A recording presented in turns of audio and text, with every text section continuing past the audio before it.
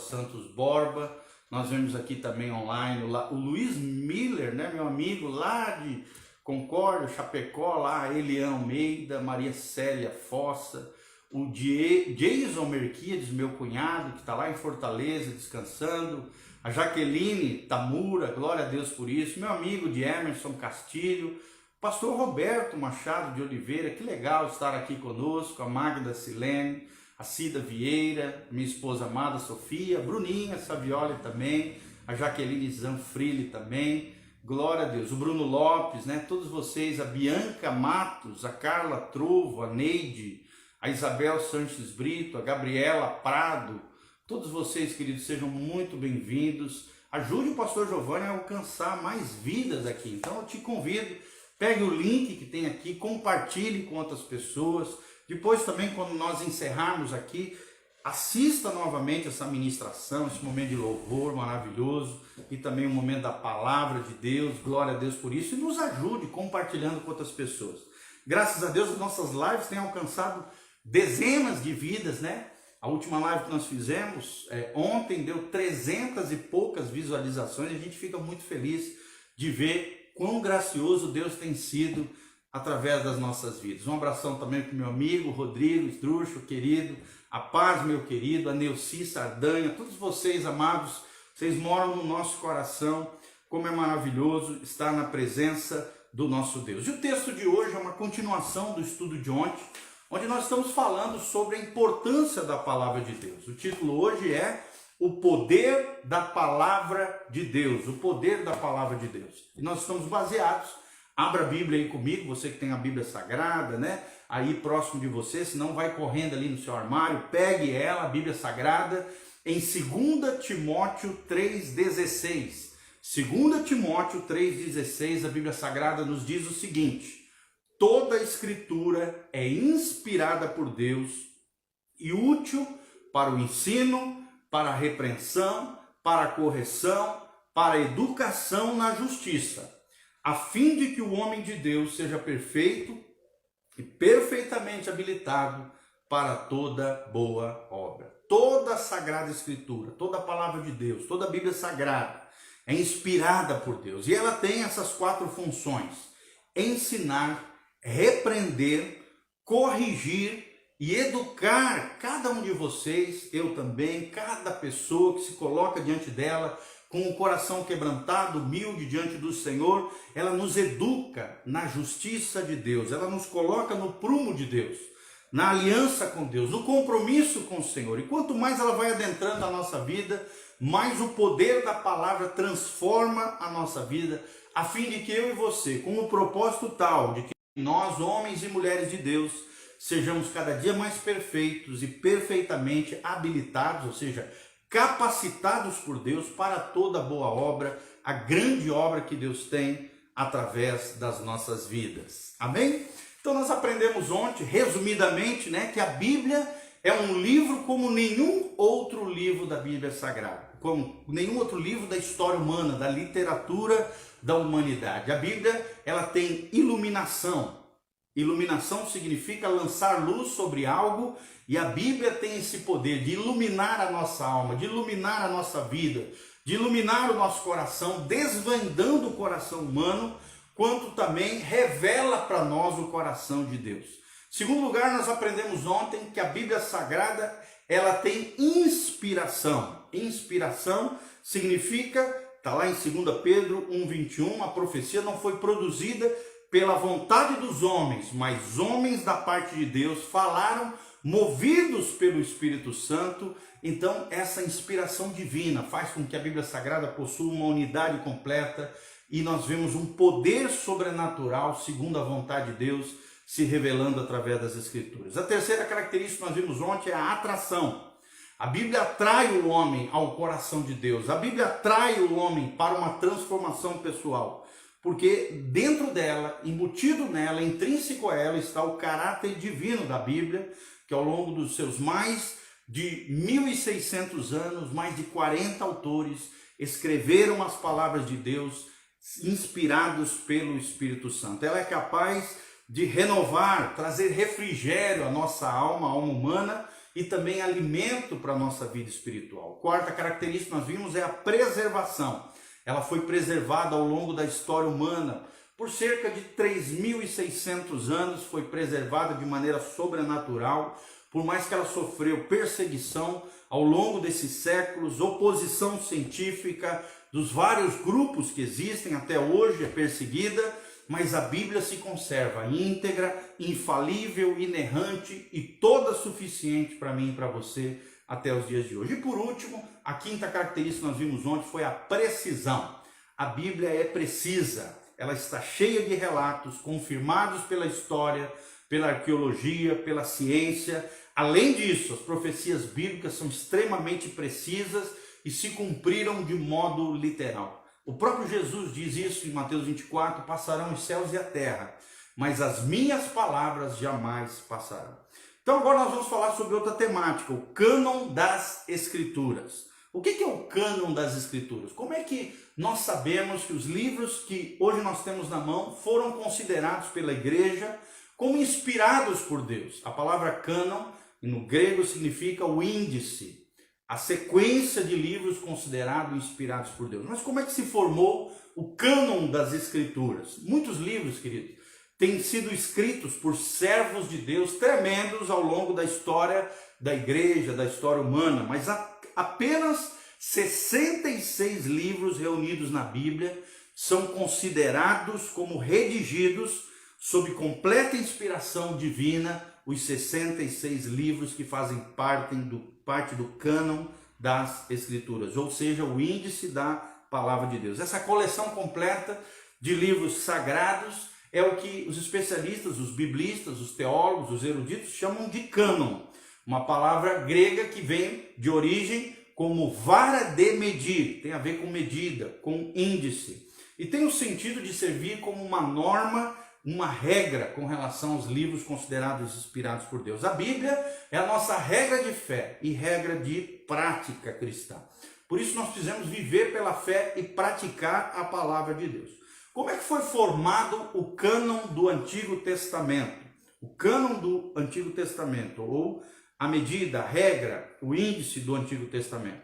Os livros do Antigo Testamento, meus amados, foram reunidos e confirmados como de origem divina no ano 90 depois de Cristo, tá bom? Eles podem ser didaticamente divididos em 5 livros da lei, chamados também como Pentateuco ou Torá. Pelos judeus é conhecido como a Torá.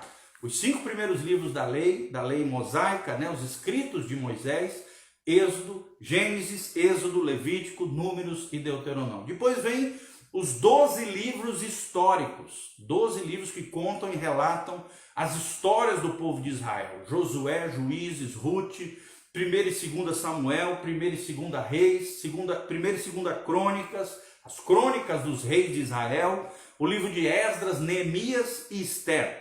Depois nós vemos 5 livros poéticos, livros que têm poesia, cânticos, palavras lindíssimas, o livro de Jó, o livro de Salmos, o livro de Provérbios, o livro de Eclesiastes e o livro de Cantares de Salomão. E logo em seguida, depois dos 5 poéticos, vem os 17 livros proféticos, que são divididos em profetas maiores, Isaías, Jeremias, Lamentações, Ezequiel e Daniel, e os profetas menores, não menores aqui com relação à importância, mas sim porque ocupam na Bíblia Sagrada um volume menor. Tem menor número de versículos, de páginas, por isso são chamados de profetas menores. Oséias, Joel, Amós, Obadias, Jonas, Miqueias, Naum, Abacuque, Sofonias, Ageu, Zacarias e o último dos livros do Antigo Testamento, o livro de Malaquias. Louvado seja o nome do Senhor. Esse é o cânon, considerado o índice de livros inspirados por Deus do Antigo Testamento. São os mesmos livros considerados pelos judeus como inspirados por Deus, é o que nós, cristãos, protestantes, consideramos também livros inspirados por Deus. O segundo grupo são os livros apócrifos. Livros apócrifos, a Bíblia usada pela Igreja Católica, por exemplo, a Igreja Católica Romana, ela traz 7 livros a mais do que os protestantes. Eles são considerados pelos católicos, né, como apócrifos. e pelos católicos não, por nós protestantes como apócrifos, ou seja, não genuínos, portanto não têm autoridade divina porque são considerados, a palavra apócrifos significa secretos, livros secretos, e esses livros, Tobias, Baruque, Judite, 1ª e 2ª Macabeus, Sabedoria e Eclesiástico, são rejeitados pelos protestantes porque, ao contrário dos outros livros do Antigo Testamento, nunca foram autenticados pela comunidade judaica e também nunca foram citados por Jesus ou por qualquer um dos apóstolos de Jesus e os primeiros pais da igreja. Então são livros comuns que têm peso histórico, mas não são considerados pelos biblistas, pelos eruditos protestantes, como livros considerados inspirados por Deus. Nem a igreja primitiva dos 3 primeiros séculos, porque foi apenas no 4º século que se fechou o índice de livros considerados inspirados por Deus pela igreja primitiva. Até o 4º século também não existe menção nenhuma com relação a esses livros apócrifos sim, simbolizando e significando secreto. Somente os católicos consideram esses 7 livros secretos, apócrifos, inspirados por Deus, o que nós protestantes rechaçamos, ok? Terceiro lugar, querido, o cânon do Novo Testamento. O Novo Testamento tem 27 livros, classificados em 4 grupos. Primeiro dos grupos são os 4 evangelhos, Mateus, Marcos, Lucas e João. Depois vem um livro histórico, o livro de Atos, Atos dos Apóstolos, Atos do Espírito Santo, que apresenta os relatos, o que aconteceu nos primórdios da igreja primitiva, os Atos dos Apóstolos, os Atos da igreja primitiva. Depois vem logo em seguida 21 epístolas, que são cartas pastorais, Romanos, 1ª e 2ª Coríntios, Gálatas, Efésios, Filipenses, Colossenses, 1ª e 2ª Tessalonicenses, Hebreus, 1ª e 2ª Timóteo, Tito, Filemão, Tiago, 1ª e 2ª Pedro, 1ª e 2ª, 3ª João e a Epístola de Judas. O que são epístolas? São cartas pastorais de apóstolos ou de auxiliares dos apóstolos que escreveram essas cartas para auxiliar a igreja, os primeiros cristãos na sua fé e também alertá-los, ajudá-los com relação às problemáticas e necessidades da igreja cristã. Por isso, epístolas, são 21 epístolas, um livro histórico, o livro de Atos, e 4 evangelhos. E por último vem o último livro da Bíblia, um livro profético. Que livro é esse? O livro de Apocalipse. Apocalipse significa revelação, né? Tanto é que em inglês a palavra é revelation. Revelation significa revelação de Deus aos homens. Todos esses livros foram escritos na geração apostólica, ou seja, até o ano 96 depois de Cristo. O último livro a ser escrito foi o próprio livro de Apocalipse, escrito por João na ilha de Patmos, aproximadamente no ano 96 depois de Cristo. Então foram escritos nessa geração, primeira geração apostólica, e foram confirmados pelos chamados pais da igreja, também conhecidos como patriarcas, ok? Mas será que a palavra de Deus tem poder? Será que Deus tem operado com poder na sua vida? Então agora, além do cânon das escrituras, nós vamos falar sobre o poder da palavra de Deus. Querido, a palavra de Deus é eterna. Como eu falei, Mateus 24, 35, passarão os céus e a terra, porém as palavras de Jesus, as palavras de Deus, a Bíblia Sagrada, jamais passará. Ela é atemporal. Ela não se adapta aos tempos, não, ela está acima do cronos humano, do tempo humano, e ela serve para todos os tempos, todas as eras. Ela está além do tempo, para além do tempo dos homens. Ela tem poder em si mesma, porque a palavra de Deus é viva e eficaz. Diz Hebreus 4,12, a palavra de Deus é viva e eficaz, ela é mais cortante do que qualquer espada de 2 gumes, ela penetra até o ponto de dividir a alma e o espírito, juntas e medulas, e é apta para discernir os pensamentos e os propósitos do coração do homem. Hebreus 4,12. Esse texto usa 3 termos importantes aqui para descrever. Primeiro, a Bíblia Sagrada tem a vida de Deus. E João, capítulo 6, 63, fala sobre isso. Segundo lugar, a Bíblia Sagrada é eficaz, ou seja, ela funciona. Se você aplicar na sua vida, você vai ver que ela realmente funciona. E no grego, o termo eficaz é energes, que significa operante, dinâmica, cheia de energia. E também a palavra de Deus é cortante. No grego, makaira, significa que ela é cortante como um bisturi de um cirurgião, é capaz de separar a alma e espírito, pensamentos e intenções do nosso coração. Só ela tem esse poder, só ela é capaz. Mas aí, o que tem o poder da palavra de Deus com relação à minha vida, querido? Em primeiro lugar, a Bíblia Sagrada é o segredo do sucesso. Se você quer ter sucesso como homem de Deus, mulher de Deus, como cristão, só tem um jeito. Conhecendo a palavra de Deus, a Bíblia Sagrada, louvado seja o nome do Senhor. Se alguém quiser ser bem sucedido na presença de Deus, precisa desejar e buscar o conhecimento da palavra de Deus de dia e de noite, é o que diz o salmista no capítulo 1, de 1 a 2. Davi dizia: quanto amo a tua lei, é a minha meditação de dia e de noite.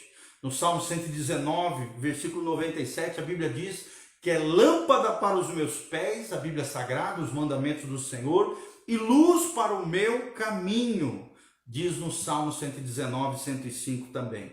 A vontade e os pensamentos do Senhor estão entesourados nas Escrituras para mim e para você. Se você quer conhecer os tesouros de Deus, mergulhe na palavra de Deus diariamente. Ela é a fonte de toda a direção, de toda a revelação espiritual, de tudo aquilo que precisamos, meu amado. O segredo do sucesso é a palavra de Deus. Primeiro destaque que nós damos aqui. O segundo princípio que nós aprendemos aqui é que a palavra de Deus é fonte de intimidade e fé. Você quer ter intimidade com Deus, você quer ter comunhão com Deus, você quer crescer e florescer na sua fé, só tem um jeito: leia a Bíblia, medite debaixo da inspiração do Espírito Santo. Por isso que é importante nós orarmos antes de lermos a Bíblia. Ler a Bíblia é uma maravilhosa maneira de conhecer Deus, de sermos edificados como pessoa. Paulo já dizia: fé vem pelo ouvir e ouvir a palavra de Deus, em Romanos 10, 17.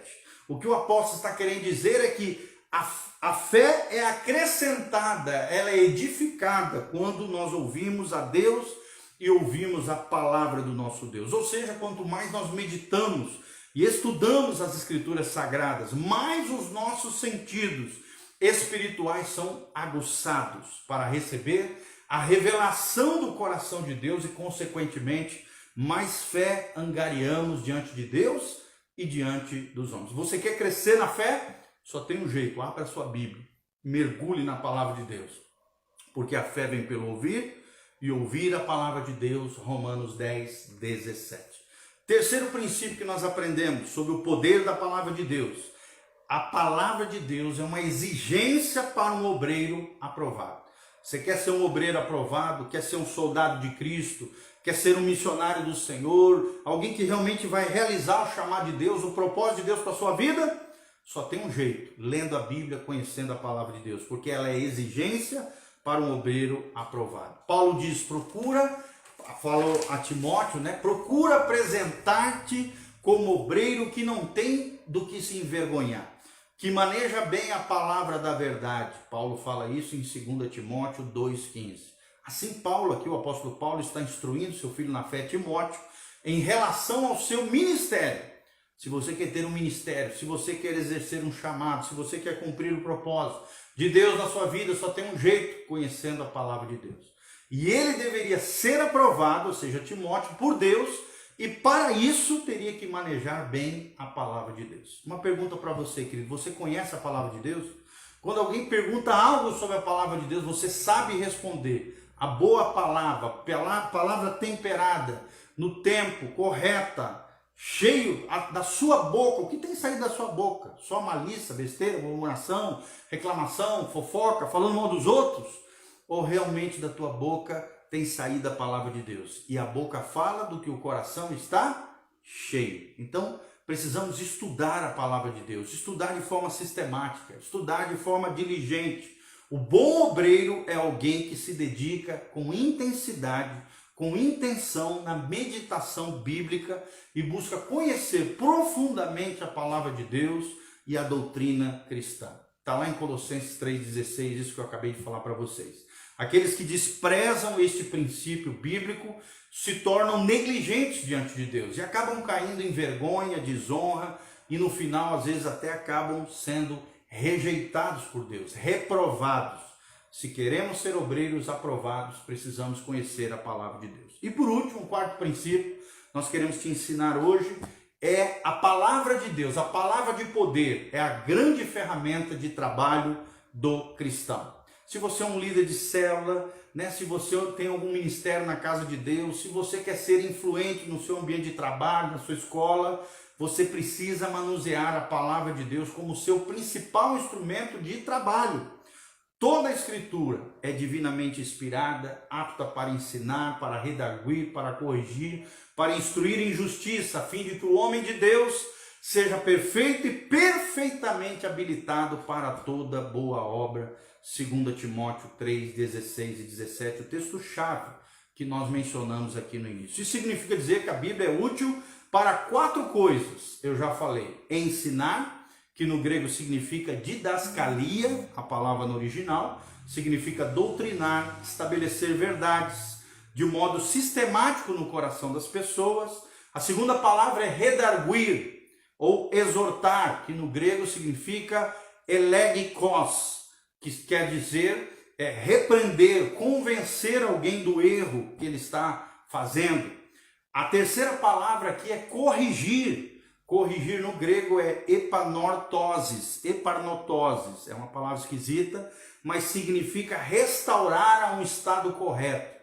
Aquele que estava se desviando, saindo dos caminhos de Deus, você traz ele pela palavra, restaura ele a um estado correto, é o que significa a palavra no original. E por último, para instruir, para educar, do grego paideia. Paideia, que tem o sentido de conduzir uma criança pelo ensino e pela disciplina até a sua maturidade espiritual. Olha que coisa linda, conhecemos essas 4 palavrinhas: didascalia, elegikos, epanortosis e paideia. Cada um desses 4 princípios que a palavra de Deus poderosa tem para como grande ferramenta de trabalho na nossa vida, e Deus agindo através de nós, Deus pode fazer coisas extraordinárias, querido. O obreiro que não desenvolve habilidade no uso dessa ferramenta se verá em situações muito difíceis no ministério e vai fazer besteira. Quem não conhece a palavra de Deus vai fazer asneira, vai dar mau testemunho, vai falar o que não devia, vai se equivocar de forma terrível no dia a dia da vida cristã. E por último, irmãos, para nós encerrarmos aqui, a importância do temor e do zelo pela palavra de Deus. Será que você é alguém que teme a palavra de Deus? Será que você é alguém que tem zelo pela palavra de Deus? Uma das maiores armas de Satanás contra a igreja é a heresia, ou seja, a falsa doutrina, o ensinamento equivocado. É o que Paulo fala em Efésios 4,14, 1 Timóteo 6,3 e 2 Timóteo 4, 3 a 4. Então devemos nos precaver contra isso. E ninguém pode acrescentar ou subtrair nada da palavra de Deus. É o que diz Apocalipse 22, 18 a 19. Tanto é que nesse trecho fala que se nós acrescentarmos a palavra, algo que a palavra não diz, nós seremos malditos e todas as desgraças contidas na Bíblia, as maldições virão sobre nós. Então existe maldição para aqueles que usarem indevidamente a palavra de Deus, ensinando heresias ou falsas doutrinas. Qualquer ensinamento, preste atenção, que contradiga o que está escrito na palavra de Deus deve ser rejeitado por você, deve ser rejeitado por nós. É o que Paulo diz em Gálatas 1, 8 e 9. Até se um anjo de luz, Satanás, travestido de um anjo de luz, aparecer contra nós e pregar um evangelho diferente do evangelho de Cristo revelado nas Escrituras, diga não, considere anátema, que significa maldito. Por quê? Porque é heresia e equívoco. Então é necessário ter cuidado com as interpretações que damos àquilo que lemos. 2 Pedro 1,20 fala sobre isso. A Bíblia tem uma unidade e todo assunto precisa ser analisado dentro do seu contexto histórico, gramatical e exegético, à luz de toda a palavra de Deus. Ao mesmo tempo que ela é simples, a palavra de Deus, ela também tem as suas nuances, os seus segredinhos, as situações que nós precisamos nos aprofundar para que realmente possamos ter uma leitura correta, uma aplicação correta e uma interpretação correta da palavra de Deus. Não podemos distorcer nem manipular aquilo que está escrito, segundo os nossos próprios interesses. Não. O que importa não é a nossa vontade, mas sim a vontade de Deus. Louvado seja o nome do Senhor. Será que você é alguém que ama a palavra? Será que você tem temor e zelo pela palavra de Deus? Esse é o desafio para nós nessa noite. Compartilhe esse vídeo com outras pessoas, sabe? Deixe seus comentários, qualquer pedido de oração, deixe aí nos comentários do Facebook, do YouTube. Nós vamos estar orando por você, abençoando a tua vida e com a graça de Deus estaremos fazendo a obra do Senhor cada dia mais. Deixa eu deixar um convite para você nesse domingo, pela manhã, às 10 horas da manhã, na Igreja Casa na Rocha. O endereço está lá no nosso site, pastorgiovani.com, que é a Avenida Portugal, passando ali o Reguigá, um pouquinho mais para frente, tem a Riscorama à direita e à esquerda o Depósito Arrudão. Logo em seguida, um pouquinho para frente, de esquina, tem uma igreja onde a gente está se reunindo, a Igreja Casa na Rocha, aqui em Umuarama, Avenida Portugal, esquina com o Parque Gávea. Nós estamos ali na Igreja Casa na Rocha, na verdade o templo ali é da Igreja Templo de Louvor, que cedeu para nós, nos reunimos ali. Pastor Giovani, às 10 horas da manhã, vai estar pregando sobre o arrebatamento da igreja.